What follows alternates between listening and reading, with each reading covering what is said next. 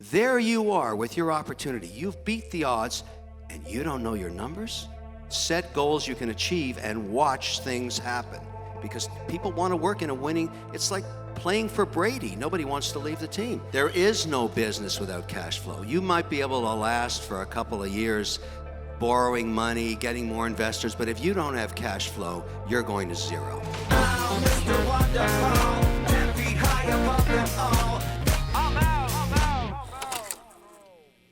Great to have you here. Everybody's a fan, right? Thank you, thank you. You know, you're probably my favorite shark. I mean, your style is just much more truthful, honest. Like, there's no business here, there's no cash flow, I'm out of here. So I like that. How many of you like him as the favorite? Thank you, thank you. You know, I think in business, it's not like many other things because there's no gray zone. Either you make money or you lose money. Pick one. And I know which side I want to be on. That's the way I look at it. That's the way I treat everything. So Kevin, how important is money to a business? Because how many business owners here? Okay. And how many of you work for a business? Okay. So talk about money being important and talking about though it's important. The way I look at it is the reason that people pursue entrepreneurship is not about the greed of money, it's about the pursuit of personal freedom. Everybody in this room wants to be successful, and in entrepreneurship, the way you define success is you make money. And then eventually there comes a time in your life when you wake up and you say, shit, I'm rich. I never saw it coming. Yeah. And I could do whatever I want. And most of the time what people do is work even harder because they like what they do. That's what entrepreneurship's about. It's setting yourself free to spend your time, your day in the things that you want to do. And the great part about it is nobody can tell you what that is. It's only you. Yeah. That's the whole deal right there. What was your first score? My first business was actually a television production company called Special Event Television that made all the intermissions for the hockey games in the original 6 teams, Detroit, New York, Boston, Philadelphia. And we used to run around shooting hockey players during the week, and then we'd send it up to the satellite for the games on Saturday nights. And that business was really successful, and I sold it, and I realized, wow, this is great. So you start a company, and then you sell it. Why don't I do that again? And that's what'd you sell that company for? Oh, it wasn't that much. I think we started it, with $10,000 I borrowed from my mother, and I had to pay her back, of course. And then when we sold it was something like $4 million, and there was only 3 of us. But at that time, that's the first time I ever had any money at all. And I just plowed that into the next deal, and the next deal, and the next deal, and then one day, we started the learning company. It was called SoftKey in the beginning, and we sold that one for $4 billion. I remember the day that happened. For what? 4.2 billion. Billion. And yeah, it was. But I have to tell you guys something that I'll never forget the day. There was 10 founders in that company, and we'd all been together since the garage. And the next morning, we were in Boston, and the lawyers came over, and we closed the deal, and we signed it. And I looked at everybody and said, what do you want to do? I mean, we're all stinking rich. What do you want to do? And they said, why don't we just go back to work? We don't know anything else. And that's exactly what happened. So how long ago was that? How old were you? Well, that was back, 20 years ago. And since then, I've had some great successes and some catastrophic failures. That's the nature of entrepreneurship. You just don't know. But back then, I was an operator. I actually, operated the business. I don't do that anymore. I'm an investor. And I like to think that I can provide, guidance to my CEOs about the things not to do. Because I've made plenty of mistakes, and I think that's what experience is. You really kind of want to make it the path of least resistance, because not all businesses are going to work.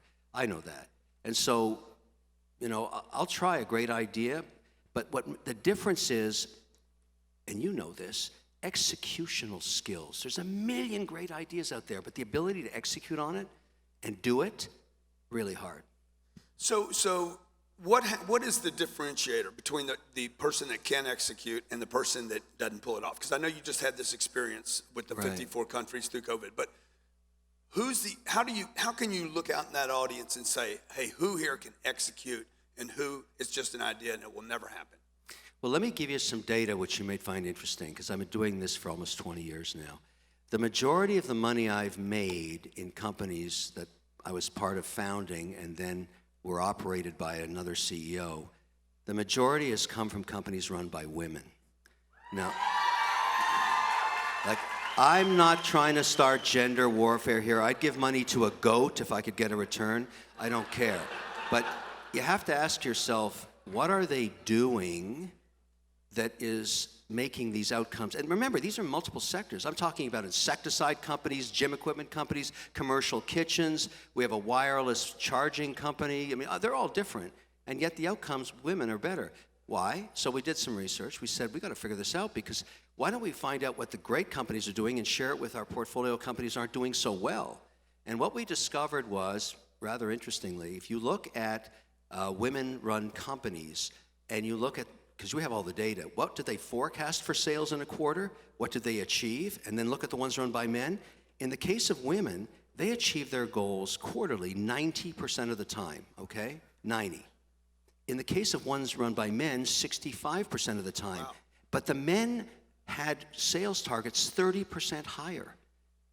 So they were really doing what I call the testosterone stretch, really saying, let's go for it, and only hitting it 65% of the time.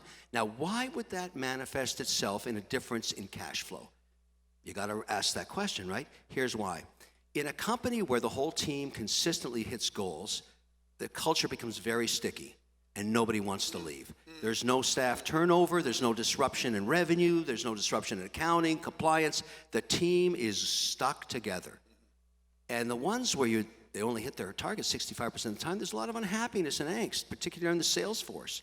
And their staff turnover is much higher. So when we put this new policy in place, you set targets that you hit.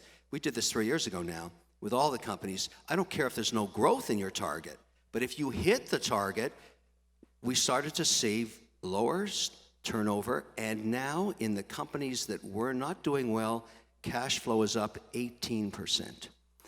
That's something you should, if it's the only thing you remember today when I'm talking about, set goals you can achieve and watch things happen. Because people want to work in a winning, it's like playing for Brady. Nobody wants to leave the team. Yeah. The guy just keeps winning Super Bowls. That's it. So the cash flow, is that just another winning indicator for you? Because I hear you talk a lot about cash flow, and I know it's really important to me. So why, and why is it important for the audience to measure it? Let me be clear about cash flow. It's the only thing I care about, okay? Because there is no business without cash flow. You might be able to last for a couple of years borrowing money, getting more investors, but if you don't have cash flow, you're going to zero. It's that simple. And I think you have to face that reality as an entrepreneur. Cash flow is the blood of business. If you don't have any blood, you're dead. So you might as well look at it that way, respect it for what it is, realize that's the only way. And people say, oh, that's not true. What about this? What about that? And I say, whatever you're talking about is irrelevant if you don't have cash flow. Yeah, so then how does Bitcoin relate to that conversation? So Bitcoin, I mean, look, I was not a Bitcoin guy till very recently. I bought some in 2017, but the regulator was not, and I'm in many companies that are regulated. You know, I've got an ETF business, I have a lot of fintech businesses, and the regulator was very much against even talking about Bitcoin on TV. As soon as the regulators opened up in Canada and Switzerland, Australia, England, they even have ETFs in Canada, and they're about to get them in Switzerland now too. Three. The five. There's two more just got filed today. So it's only a matter of time before. I'll tell you a really interesting story about this, because I only came out 3 weeks ago, and I said, look, I've bought a 3% weighting in Bitcoin. I'd already had a bunch, 3%. So I have a rule about investing. I never let a single stock become more than 5% of my portfolio. I never let a sector like energy or technology become more than 20%. This includes real estate. I once had real estate up to 31% of my portfolio because I love real estate. Obviously, it's going through some changes on the commercial side, but not residential. But my point was, when I disclosed that I'd gone to 3% Bitcoin, I'd never anticipated this would happen. All the companies we invest in are sustainable companies. In other words, we believe in a zero carbon footprint. We think people care about that. That's why in all of our companies, that's what we do. And my staff in my operating companies and in my own holding company are all of that ilk, of that age where they give a shit, they care. The first thing I started to get were hundreds of phone calls from people, investors of mine, companies that my CEO saying, these coins you own, were they mined in China? I don't know. Were they mined in a way that wasted electricity? I don't know. And all of a sudden, I started saying to myself, I better get to know, because people care about that on Bitcoin. And so now my new thing is I'm starting to invest or buy miners myself, and I'm going to just take that virgin coin, and that's the only coin I'm going to own. Is it sustainable? Is it mined in a country that doesn't have sanctions on it or abuses human beings like China does? This is the new thing coming, Grant, on Bitcoin. You sound much more loving than I'm used to. I'm kumbaya, baby. I'm getting this humanity. I'm totally kumbaya because I've learned the customers that way. It's not a marketing scam anymore. If you're not sustainable, if you don't adhere to what customers want as a consumer, like one of my companies is called Blue Land. It's trying to get rid of 50 million plastic bottles where cleaning fluid's put in. And they crystallize the cleaning fluid, and you use a reusable glass bottle. And they ship it to you, and it's a crystal, so you get your detergent, whatever it is, crystallized. That thing started, it was a Shark Tank deal last year, 0 sales. It's doing $80 million a year now. Wow. That tells you customers give a shit. Yeah. So how important with what we just printed in cash? I think 21% of all the U.S. dollars were printed last year. Looks like they're going to load up on another level. How important are real assets going forward? Well, they're real important. I mean, I think you got to start thinking about things like real estate. There's a reason Miami real estate is up 40% in the last 18 months or something, because it's a hard asset. Did you mention real estate? I own plenty, don't worry. But I've trimmed back a bit on office commercial. I'm waiting to see how that works out, getting more into the residential side. That's a good revenue. I don't have to tell you this. Yeah. Like, you're the guy. Are you talking about apartments? Yeah. This guy owns every apartment in Miami. Like, he's the landlord, basically. No, listen, you have to have had a fantastic mark-to-market run on your real estate. It's got to be amazing. It's been just ridiculous. Yeah.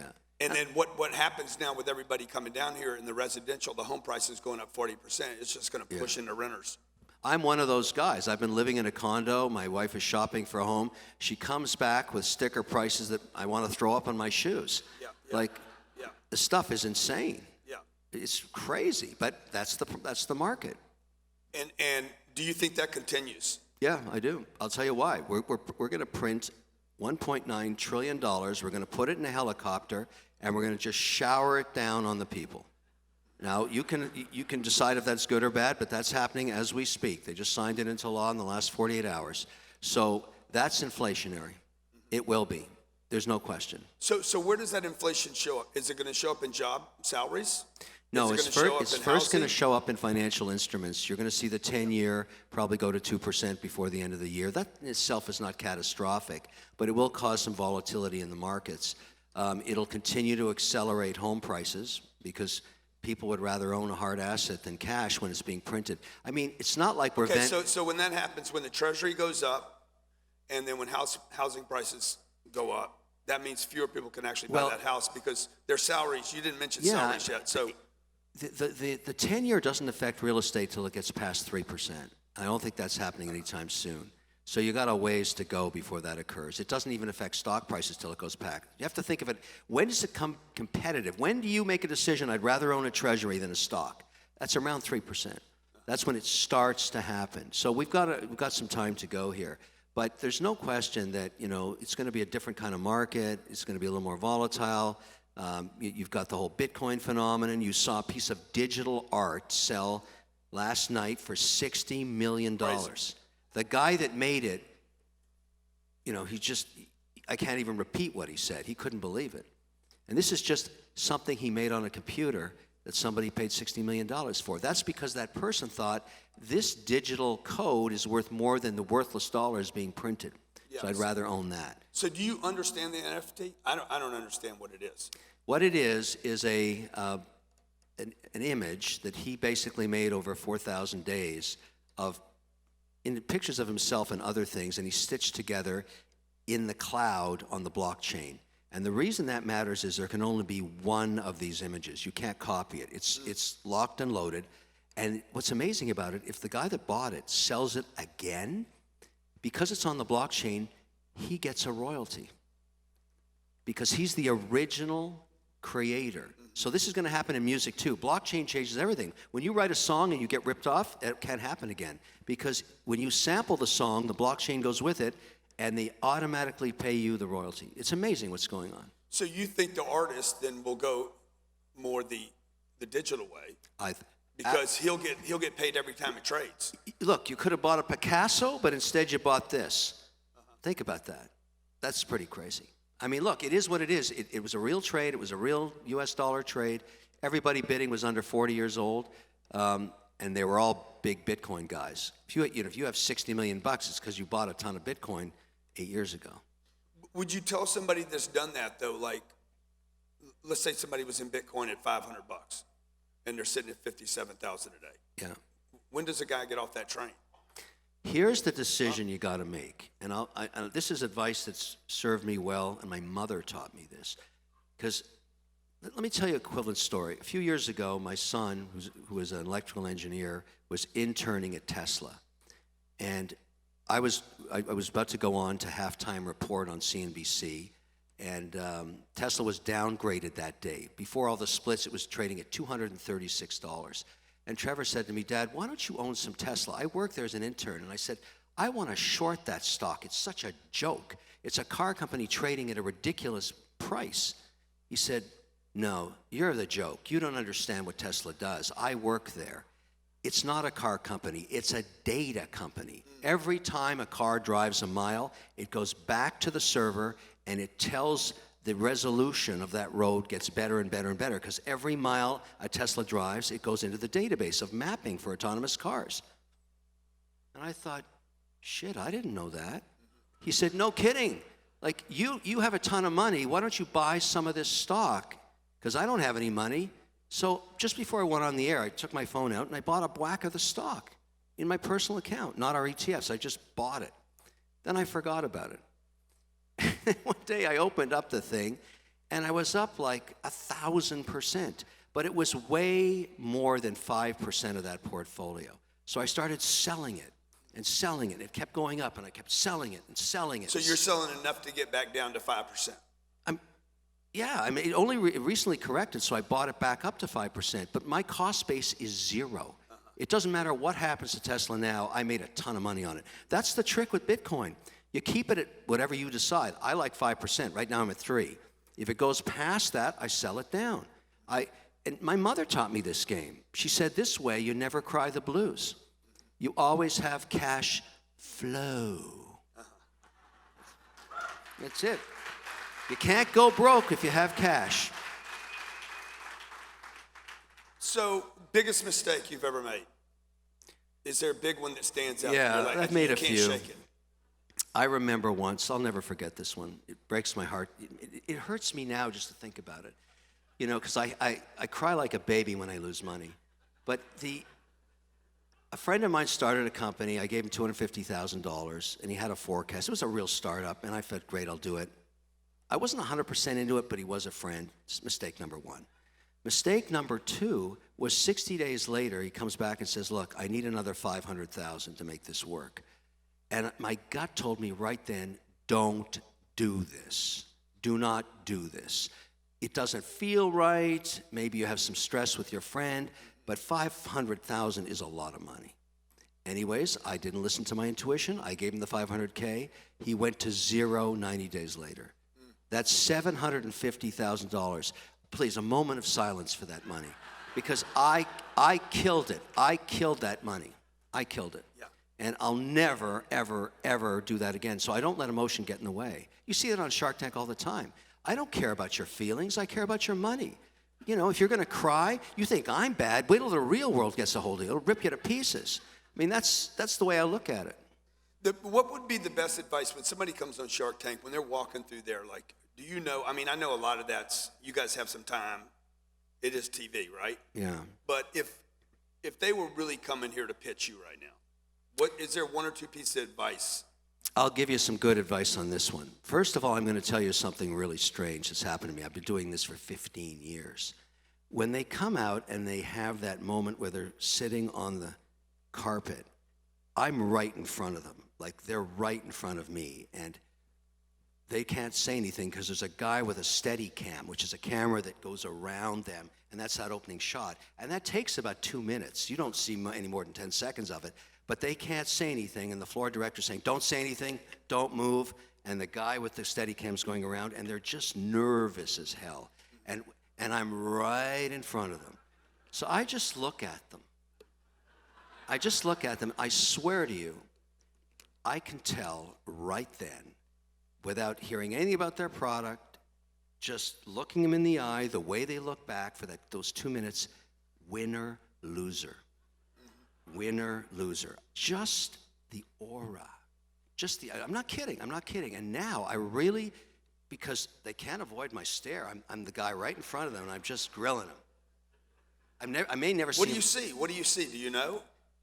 The confidence in their eyes, the ability to take the hit, to be in that stressful environment, 26 cameras, all those lights, these entrepreneur sharks looking at them, and not to just fold like a leaf falling off a tree, just like almost a pushback vibe. And that is the presence you need as an entrepreneur. You need to project, I'm here to kick ass. I don't care what you ask me, I have an answer for it. And I am ready to do business with you. And you can tell, this is something you should almost practice in front of the mirror. You have to have an aura of confidence. And remember, even if you're in doubt, you must project you're not. I am confident, I am ready, whatever hits me, I'm here for it. That's what I see in the winners. Do you think that the seller in this case, because they're selling to you, should have a specific target or be open to all 5 players? That goes to valuation, but I'll tell you an interesting study a British professor did. He convinced, Shark Tank is owned by Sony, all right? They have it on in 23 countries. He went to Sony and some of the producers said, would you let me study the unedited tape? Because I have a theory that there's a common string between the winners and the losers. And here's what he found, and I totally agree with this. The deals, so this is something you should remember for whenever you're doing as an entrepreneur. It doesn't matter if you're in Shark Tank. This applies to everybody. Can you articulate the opportunity in 90 seconds or less? All of the companies that got funded in all 23 countries, in multiple geographies, in multiple languages, all were able to say, here's my idea in 90 seconds or less. In most cases, less than 60 seconds. Hi, I'm Sarah. I crystallize detergent, and I eliminate the plastic bottle, and I ship it to you, to your home, and we don't waste plastic. That's like 17 seconds. I get it. Okay, so that's number one. Number two, this takes longer than 90 seconds. What is it about you that, married to this great idea, can execute? Did you work in that business before? Did you work for a competitor? Has it been in the family? Have you failed before and now you know what you did wrong? So explaining why you are the right individual and team to execute on the idea. Now, when those two come together, you can see it in the unedited tape that all of the sharks in every country sit up and they go, oh, I have a great idea and I have executional skills, so my risk is mitigated. I think I'm interested. But here's the killer, the last one, number 3. You have to know your numbers.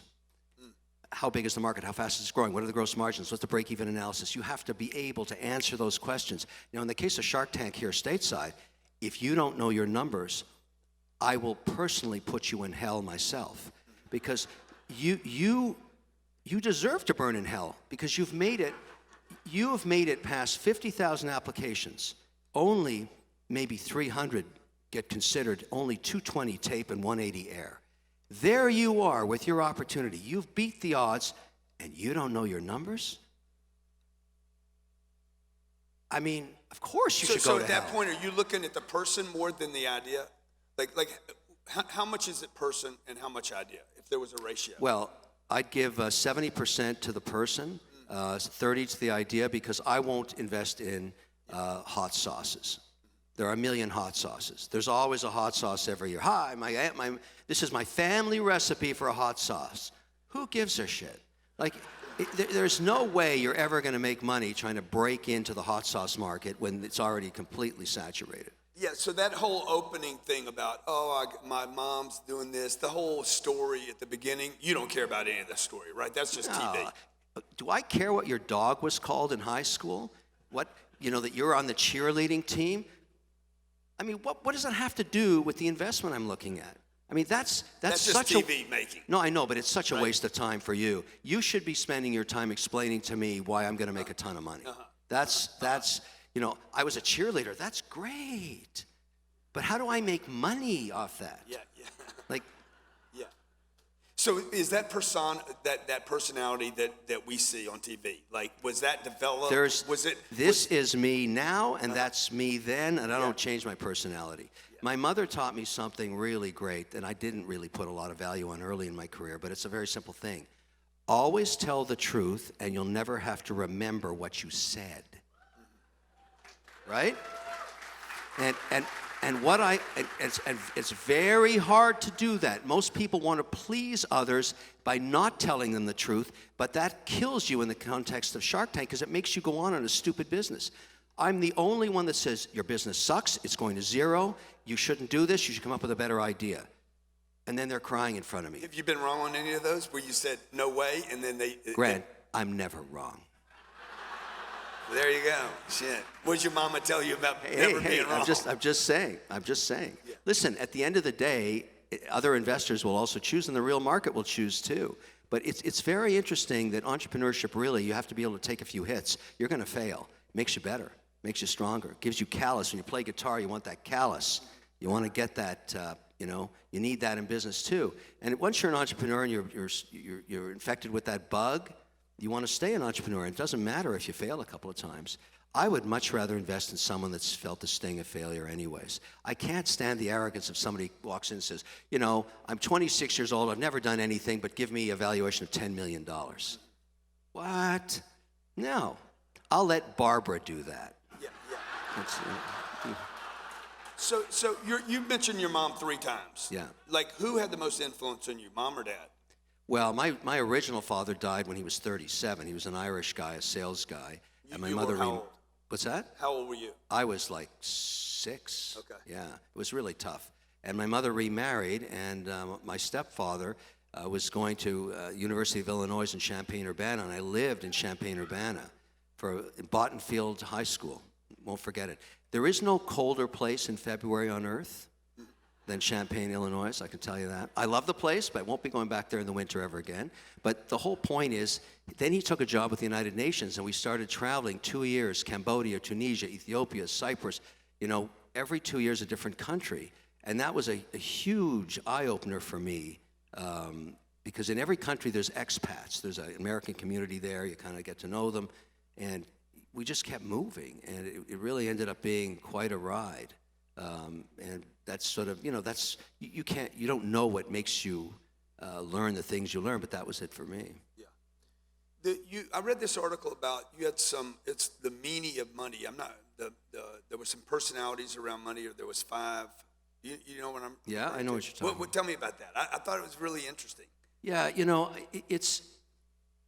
We didn't plan any of this, by the way. We had a it's call, 5-minute call. Stream of consciousness, which is always the best. The essence of that is the idea that, I guess the best way to put it is when you form a relationship with a significant other in your life, it's very hard to put it up this way because it's so euphoric when you fall in love. But actually, you're starting a business, is what you're doing. And you're starting that business to mitigate your risk for the rest of your life because you're going to build a family. And what I like people to think about is, because I did a lot of research in this, I've written 3 books on men, women, and money. The number one reason that people divorce has nothing to do with infidelity. most marriages can survive infidelity. The reason they divorce between 5 and 7 years, and 50% of these marriages fail, is financial stress. And what happens is one of the pair does not have the same objectives financially as the other. In other words, maybe they outspend, maybe they have huge credit card debts, they don't care. But if you're not in sync with each other about money, it ain't gonna work. And that's what I try and talk about. You have to treat it like it's the third person in your marriage. You got to treat it with respect. The money. Yeah, the money. That's the whole idea of treating it like a vertical you have to deal with. And great marriages that last 30, 40 years, you find that stability. You find that a team, because, let's face it, I mean, I've been married over 30 years. I love my wife, but it's not the same than when I met her. We've gone through the whole thing together. We've been separated for 2 years, but we have a family, and that's a business. And I don't give money to my kids, and they're really pissed at me, but I don't care. They're going to have to go figure it out for themselves. But I did guarantee them if they ever have children, I'll pay the full freight from birth to last day of college, because that's what my mother did to me. See, fourth time. Yeah. His mom had a big imprint to the ladies. She hated entitlement. She hated entitlement. Your mom did, huh? Yeah. She couldn't stand rich kids that had their, because when I graduated, I didn't know she was going to do this to me. She said to me that day from college, she said, "Listen, Kevin, the dead bird under the nest never learns how to fly." And I said, "What? What does that mean?" She said, "No more checks." And I said, "You can't do that. I don't have a job." She said, "Oh yeah? I paid all the way to this day. You've burned a lot of cash of mine, and now you're on your own. Now go figure it out." And I had a tough couple of years. But when I finally was, successful financially, I built a trust that was designed based on her wishes. Birth to last day of college, generational skipping trust, and my kids were 4 and 7. I went home that day. That was on the Learning Company exit. I basically took half that dough and stuck it in that generational skipping trust. And I went back and said to Trevor and Savannah, and they were 4 and 7, "This is how this trust works." And they went, "What?" Anyways, many years later, when my son was failing in high school, he came to me one day and said, "Dad, one of his friends had a trust." He said, "How does my trust work?" I said, "Well, if Mom and I go out for dinner tonight and we get run over by a truck, you don't have to worry, because it's going to pay for you to finish high school, because it doesn't look like you have the marks to get into college, so you don't have to worry about that." And he said, "Okay, what happens after that?" I said, "Well, I'm dead and you have no money, because this trust only works until you finish school." And he went, "Are you kidding?" I said, "No. It's written in stone, and it's run by a bunch of guys that I don't even know. That's the deal." He went, "You must be kidding."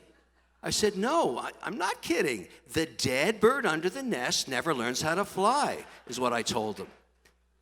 And it must have been the darkness that he felt, the uncertainty, the abyss that he faced. So you want him to go to college? You insist on it? He went downstairs and he cracked the books from that day on. He's now working at Tesla as an engineer. He became an engineer. I thank my mother for that. That was her idea. How important is, when you look at something, how long are you spending to make a decision on it? Is it fast?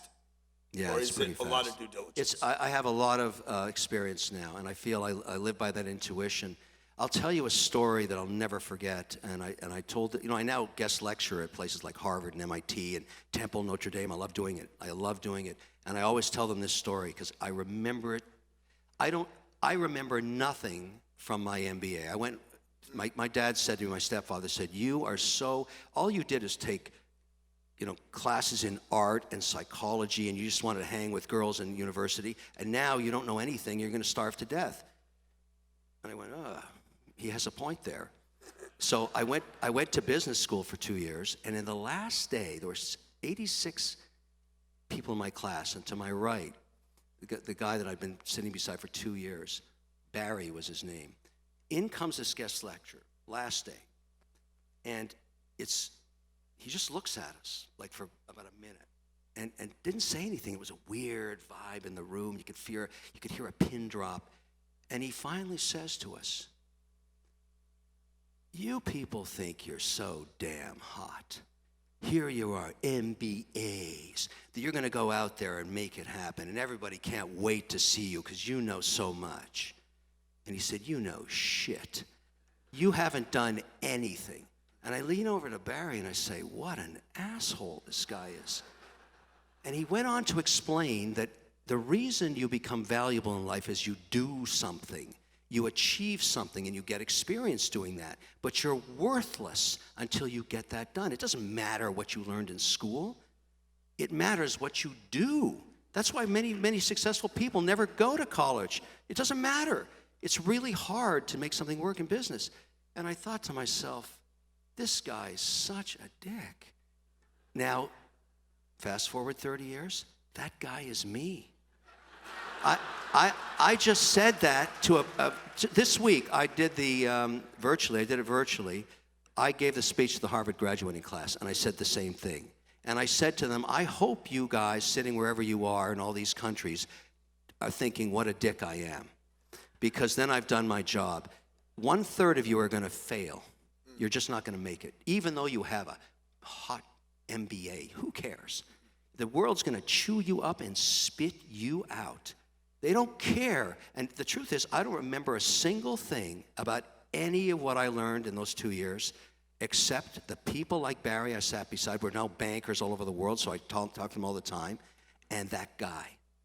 That guy taught me an important lesson. It humbled me. So when you're looking, like if you were going back to college today, would you be going for the education or would you be going for the connections? Connections. Yeah. You know, that really pisses off. They keep inviting me back to guest lecture, and I always say the same thing. You're not going to remember any of this crap. But all the people that are sitting with you, yes, that you worked with for 2 years, the connections, that's the why you do it. Because you're not going to remember shit. So when you're going into a room, Kevin, even today, like, are you looking to make connections with people, this audience here? Or should they be looking for, how do I connect and do business? Or Business is all about connections. Business is all about respecting people, trusting people. That's why it's, this idea of lying to people. I mean, put it in the context of the marriage. Like the research I did on divorce when I wrote the first book.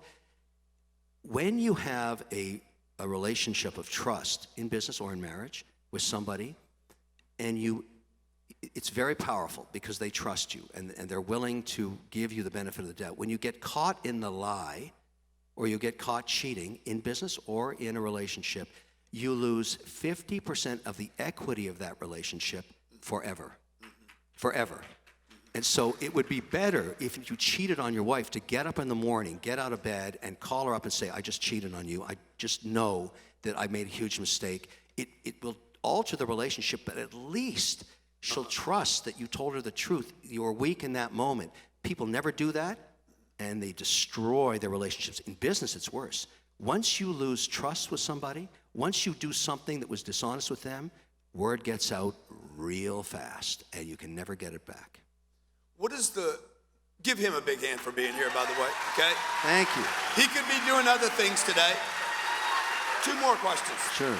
Number 1, why did you agree to do this? Like, why do you do things like this? Do you like this? I think there comes a point, and I'm very fortunate. I don't need any more money. I need to keep what I've got because I use it for all kinds of different purposes, including investing in companies all the time.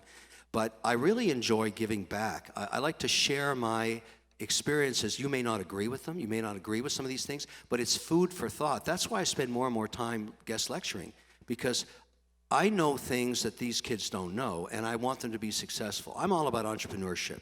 I'm always trying to get entrepreneurs to be successful, because the backbone of the American life is the entrepreneur that takes risks and builds businesses and creates jobs, and I want to be part of that.